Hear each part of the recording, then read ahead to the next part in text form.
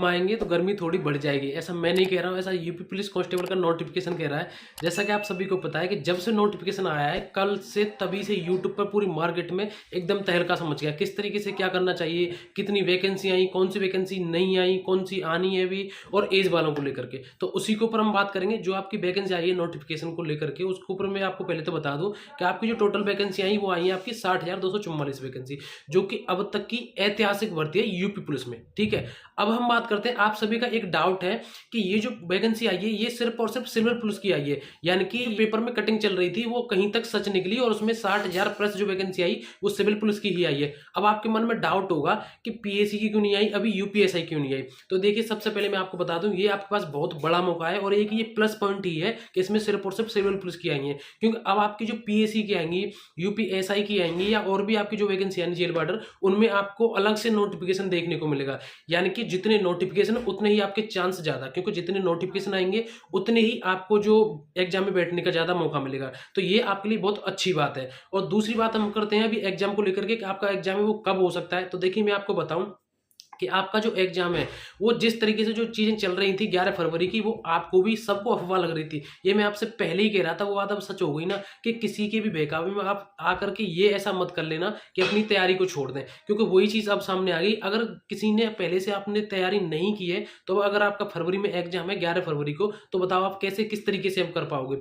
अब आपका ये जो समय पता है कैसा, फालतू चीजों को छोड़ करके और जो आपका एग्जाम होने वाला है 11 फरवरी को, उस पर ध्यान देना पड़ेगा। आपको सिलेक्टिव वे में तैयारी करनी पड़ेगी, यानी कि हमें सिर्फ वो चीजें पढ़नी है जो हमें पढ़ने की जरूरत है। वो अंदाजा कहां से लेगा, वो आपको अंदाजा लगेगा पीवाईक्यू से, ठीक है, और प्रैक्टिस करने से।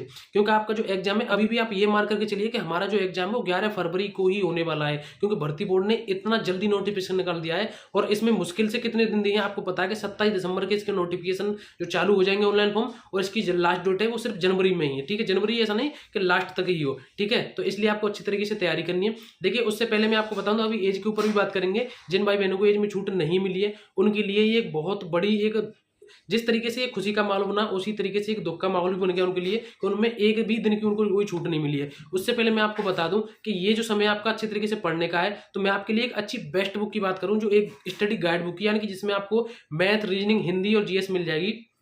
तो अगर आप यूपी पुलिस कांस्टेबल की तैयारी कर रहे हैं तो आप इस चक्षु प्रकाशन की न्यू बुक को ले सकते हैं। इसमें उनकी टीम ने बहुत अच्छे तरीके से पूरा प्रयास किया है कि आपका जो सिलेबस का कुछ भी एक भी प्रश्न कहीं से भी इधर से उधर कोई भी चीज छूट नहीं जाए। इसमें आपको 3 से 3,500 प्रश्न मिल जाएंगे। बहुत अच्छे तरीके से बुक तैयार की गई चक्षु प्रकाशन की।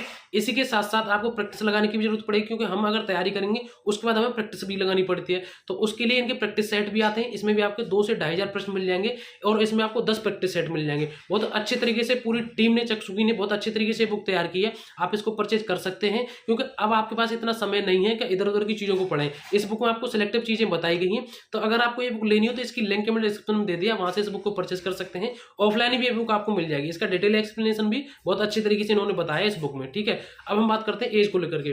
तो देखिए, एज में आपको पता है कि किसी भी तरीके की आपको कोई भी छूट नहीं मिली। हालांकि पहले उम्मीद ये लगाई जा रही थी कि कम से कम 1 साल की छूट तो जो गवर्नमेंट है वो दे ही देगी, लेकिन 1-2-3 साल तो छोड़िए, 1 साल की भी आपको यहाँ छूट नहीं मिली है। अब आपको क्या करना है, देखिए, सबसे पहले तो मैं आपको बता दूं, जो भी इसके लिए एलिजिबल है वो उनके बारे में सोचिए जिनकी एज निकल गई है। उन पर क्या बीते, कहीं ऐसा नहीं हो कि आप इस समय अच्छे तरीके से अपनी पढ़ाई नहीं करें और आपकी एज भी निकल जाए, ठीक है। तो आपको तो अपनी तैयारी में लगना है, आपको एज से फिलहाल कोई मतलब नहीं है। लेकिन जिनकी एज निकल चुकी है, जो ओवरेज हो गए हैं, उनको एक चीज ध्यान रखना है कि जो जो भी ये ओवरेज हो गए हैं उन सबको इकट्ठा करिए और एक ग्रुप में कहीं भी एक संगठित, मतलब एक तरीके से इकट्ठे होकर के अपनी आवाज उठाएं, या कोई भी जिस भी जहां भी कोई कुछ भी करे आपके लिए उसका साथ जरूर दें, ठीक है। यही ऑप्शन बचता है आप सबके लिए। अगर कोई ट्विटर अभियान चला रहा है तो ट्विटर अभियान में भी उनका साथ दें। जैसे कि आज चल रहा है एज के लेकर के, अगर आप ओवरेज हैं तो उसमें साथ दीजिए। जहां जो भी आपके लिए आवाज उठाए आपके हक के लिए, उसमें आप जरूर सभी साथ दें, तभी ऐसा कुछ हो पाता है कि आपके लिए कुछ अच्छा हो जाए, ठीक है। तो ये सारी जानकारी मैं आपको इसलिए बता रहा हूं कि कहीं ऐसा नहीं हो कि आपकी वैकेंसी निकल जाए, आप सोते रहें और एज में आपको बिल्कुल भी छूट किसी भी तरीके से नहीं मिले।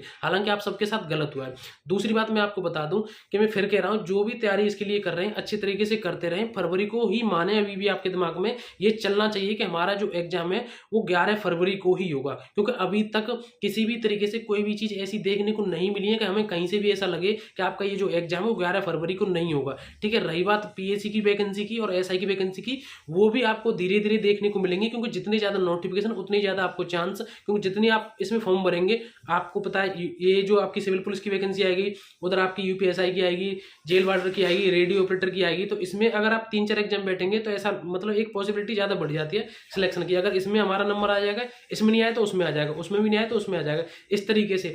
अगर आपका अभी भी कोई डाउट तो कमेंट करके बता सकते हैं, आपकी भर्ती से मैं पूरे तरीके से जुड़ा रहूंगा जब तक आपका सिलेक्शन नहीं हो जाएगा। और भी आपको कोई डाउट रहता है कमेंट करके बता सकते हैं। मेरा एक टेलीग्राम ग्रुप है, उस पर जुड़ जाइए, उसमें आपकी पढ़ाई संबंधित कुछ ना कुछ चीज़ें मैं डेली डालता रहूंगा। उसकी लिंक मैंने डिस्क्रिप्शन में दे दी है, बुक के लिए भी मैंने आपको लिंक डिस्क्रिप्शन में दे दी है। तो आज के लिए बस इतना ही, और वीडियो को लाइक करके चैनल को जरूर सब्सक्राइब कर देना। अब मिलेंगे अगली नई वीडियो में एक नए टॉपिक के साथ। जय हिंद, जय भारत।